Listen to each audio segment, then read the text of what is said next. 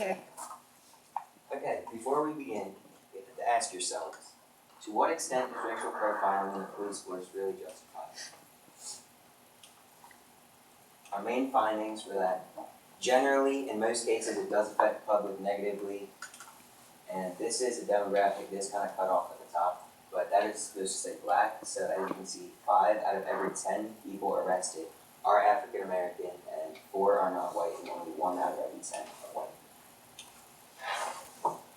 So one main thing that affects this is minority culture, and that is heavily based on cultural narrative, which is how the public views people of a minority. So the African American cultural narrative is, quote, violent, aloof, and dangerous. And because of this, police are more likely to use more force because African Americans are seen as dangerous. Shown in this demographic, the Bureau of Justice Statistics says that police are twice as likely to use force against people of color than white Americans. And this isn't only seen in African American culture, it's also seen in Muslim culture as well. After 9/11, police went into Muslim communities, but the NYPD and the CIA began sending undercover officers to infiltrate mosques, Muslim student organizations, and heavily Arab neighborhoods. And because of this, Muslims felt as though they lost their individuality in their religion and their culture because they felt the need to change so that they would not be harmed. As you can see in this graph, it shows that anti-Muslim assaults after 2001 increased, and this is because the cultural narrative of Muslims changed from being seen as safe and normal to being dangerous again. So the main thing to not only focus on is the present, but you also have to focus on the future. Looking at this graph, you're comparing discrimination and stress between the different minorities. So as you can see, the orange represents the experienced discrimination, and the blue represents the people that did not experience discrimination. Mainly focusing on the white and black, you can see that the people that didn't experience discrimination is higher in the white, being 4.0, and the black being 3.8. When you're looking at the experienced discrimination, the black is only 0.1% higher, but their stress level is slightly bit higher. Again, looking forward into the future, it will continue to increase, and if it's not stopped like this, the stress levels will continue to go up, and so will the percentage. Kind of going back to what Aiden was talking about with the 5 in 10 of people arrested are African American. The blue is the percentage of the prison population, and the red is the total percent of the U.S. population by race. The white is at a very high of 63.7%, and the African American is only 12.6%.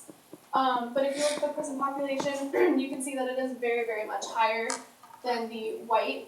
Mathematically looking at it, or statistically, you can put together that more of the African American population is put in prison compared to the white American population by looking at total population, if that makes sense. And kind of going back to what Aaron said about how police are kind of just taught that they are more dangerous.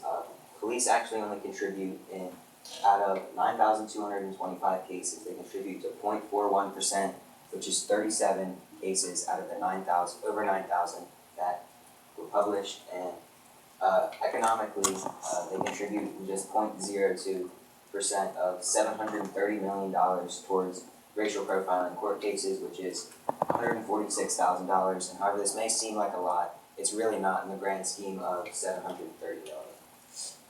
And this is a demographic from the Bureau of Labor Statistics showing that obviously black people are a lot more unemployed than pretty much anything else.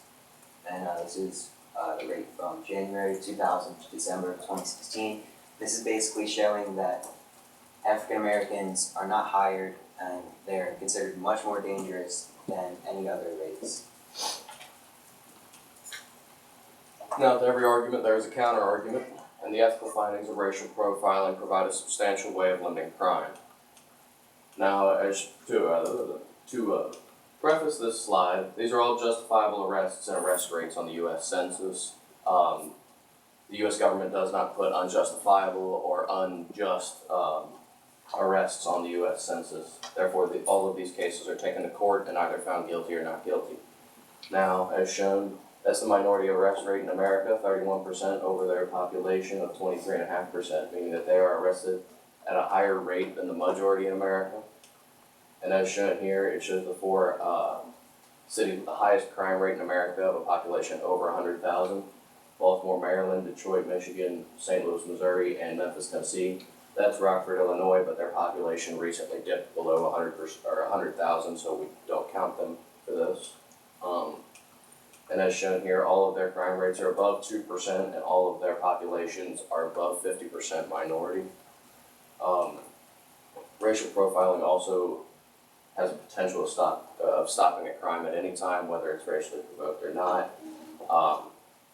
And has shown how cities that have those high crime rates are majority minority, the potential to stop a crime is even higher, whether it's that or not. And on to our solutions. So our first solution that we came up with was to reform the police academy. Going back to what Aaron said, police are taught that minorities are more dangerous than white people, and they would have an emphasis on profiling and the good and the bad about it. Like how Jackson said, it can prevent a crime, but is it ethically right? Some limitations of this are that it does take time to pass legislation and reform something that important in America, and it would take money and support of the public to actually pass the legislation. So moving on to solution 2, looking into the future, we will have to start to educate the public on this problem. A lot of people are educated about this about this topic. The public isn't very interested in it because they feel like it doesn't affect them.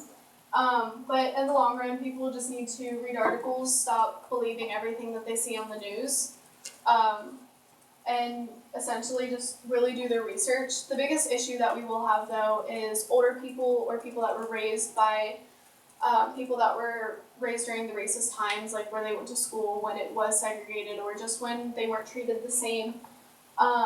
But I know my grandparents themselves, they are exactly that same way, and they're so hard to get across to, and they are willing to learn because they did grow up in that time. So that's going to be the biggest thing that we're going to face, is people not being willing to learn. Our third and final solution would be randomized searching in high crime rate areas. It is unbiased, therefore it wouldn't be any kind of provoked by racial or economic standards. And it would always be effective in stopping a potential criminal, because anybody can be committing a crime. As Julia's demographics showed, there are many people in prison. It's not just one type of person. Therefore, anybody can be committing a crime. The limitations of that is that it diminishes a U.S. citizen's right to a legal search and seizure, which is an amendment right, and it would be extremely hard to reform. It would take two-thirds of the states to actually reform it, so it's very highly unlikely that it would happen, and that it is very dangerous for the police to randomly search people, because there are more chances for a criminal to try and defend themselves either illegally or legally against the police, and it would put every policeman's life in danger. That's the end. Okay, a few questions for you. Aiden, I'm going to start with you. Reflecting on your colleagues' work, which one had the greatest impact on your overall understanding of the problem the group identified? I feel like Jackson's kind of like rebuttal. I don't know if I really want to call it that, but he kind of took a different standpoint, I guess, and it kind of allowed me to see where I wanted to go with mine, to kind of go from another perspective, and it kind of just helped us overall. Okay, Julia, you're next. What is a way in which your team's resolution makes you think differently about your own individual research? I honestly, going back to Jackson's, like his solution and everything in his research, it really showed how my research and everybody else's really went with his and how the solution is kind of unrealistic. Not his, but everybody else's. Like, it's a really hard thing that you can do, and I honestly don't think that a lot of these are realistic. Okay, Jackson, you're next. Describe how the content of the team presentation was changed as a result of group discussion. We all started off as those two worked on the Trayvon Martin case, and we realized it didn't flow well into our presentation, so we decided to exclude that. And talking from my own stuff, I had to really just rely on statistics and not use a lot of opinionated articles because, the opinionated articles did not sound well, to say the least. Okay, finally, Erin. Having finished your project, what, if anything, would you consider to be a gap in your team's research that, if addressed, would make you feel more confident about the conclusion? So a gap in our research, I think, is like a point of view from a minority. So like, have a slide or something about like with quotes from different minority groups that might help us see things from their perspective. And I think if we see that in our research, then that might help us come up with a better solution.